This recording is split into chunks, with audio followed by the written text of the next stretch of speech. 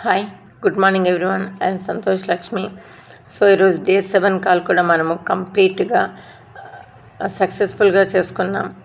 So ఎందుకంటే ఈరోజు మనకు మనీ గురించి చెప్పారు. ప్రతి ఒక్కరికి జీవితంలో మనీతోనే ముడిపడి ఉంటుంది. ఏ పని చేయాలన్నా ఏది చేయాలన్నా కూడా మనీ ఉంటేనే. సో మన అవసరాలకు వాడుకుంటూ ప్లస్ మనం ఎవరికైనా నలుగురికి సహాయం చేయాలన్నా కూడా మన దగ్గర డబ్బు ఉంటేనే చేయగలుగుతాం, డబ్బు లేకపోతే చేయలేం. సో ఆ డబ్బుని ఏ విధంగా జనరేట్ చేసుకోవాలి, డబ్బుని ఏ విధంగా మనము పెంచుకోవాలి అని మనకు టిప్స్ చెప్పారు.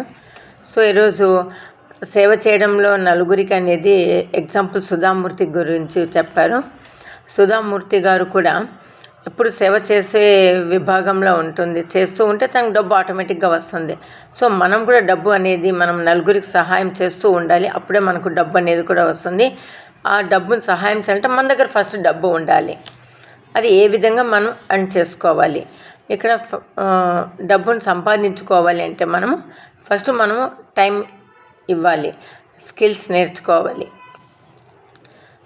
Time is proportional to money. మన టైం అంటే మనకున్న 24 గంటల్లోనే మనం పని చేస్తాము. 24 గంటలు దాటి పని చేయలేము. సో ఇది ఏ విధంగా చేసుకోవాలి అంటే మనకు ఒక సిస్టమ్ని బిల్డ్ చేసుకున్నప్పుడే మనము ఆ 24 గంటలు దాటి చేసుకోగలుగుతాం. సో ఎగ్జాంపుల్గా మనకు ఈఎస్బిఐ గురించి చెప్పారు. Employee, self employee, business owner and investor. Employee అనేవాళ్ళు తనకున్న టైం అంటే 8 అవర్స్ టైం ఉన్న 8 అవర్స్లో వర్క్ చేసి డబ్బు సంపాదించుకోగలుగుతారు. అంటే ఒక కంపెనీకి వర్క్ చేస్తుంటారు. ఐటీ ఎంప్లాయీ కానీ, టీచర్స్ కానీ, గవర్నమెంట్ ఎంప్లాయీ ఎవరైనా కానీ వాళ్ళు ఇచ్చిన టైంలో అర్న్ చేసుకుంటూ ఉంటారు వర్క్ చేసి. అదే సెల్ఫ్ ఎంప్లాయీ అయితే తనే సెల్ఫ్గా అర్న్ చేసుకుంటారు. తను కొంచెం టైం పెట్టుకొని ఆ టైంలో సెల్ఫ్గా ఎంప్లాయ్ చేసుకొని అక్కడ కూడా టైంతోనే ముడిపడి ఉంటుంది.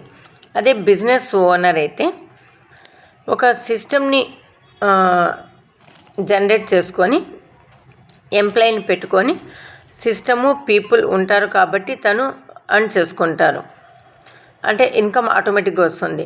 అది ఇన్వెస్ట్ అయితే గన ఈ సిస్టమ్ ఉంటుంది, పీపుల్ ఉంటారు, ప్లస్ మనీని ఇన్వెస్ట్ చేసి మనీతోనే జనరేట్ చేస్తారనమాట.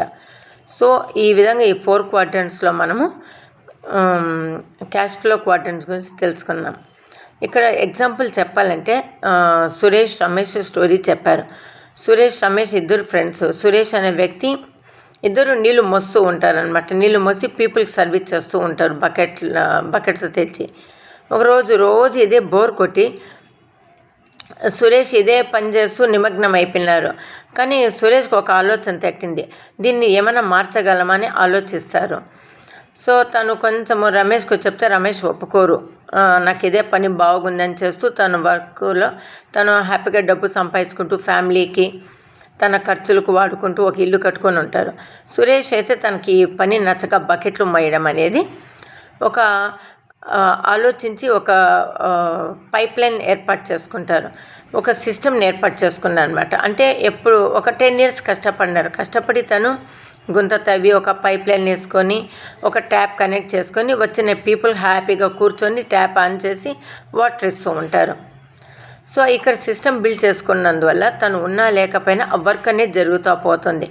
కానీ రమేష్ అనే వ్యక్తి నీళ్ళు మోస్తేనే తనకు మనీ వస్తుంది, లేకపోతే రాదు.